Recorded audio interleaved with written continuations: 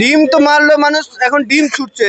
এদেরকে পাথর ছোড়া উচিত, যেটা শরিয়ত আইন আছে সেইভাবে ওদেরকে পাথর নিক্ষেপ করলেও কিছু কম হয় না, কারণ এরা ধর্ষককারী, এরা লুটেরা। এরা প্রত্যেক পঞ্চায়েতে মা কঙ্কালীর জমি, দেবত্ব জমি সব নিজেদের নামে করে বিক্রি করেছে। এরা কম বেশি 150-200 মহিলাকে ধর্ষণ করেছে। এই শেখ শাহজাহানের গল্প আপনারা শোনেন। এইখানে কঙ্কালী অঞ্চলে, কঙ্কালী পঞ্চায়েতে এইরকম রাজত্ব এদের চলতো। এরা বাড়ি লুট করেছে, লোকের টাকা লুট করেছে।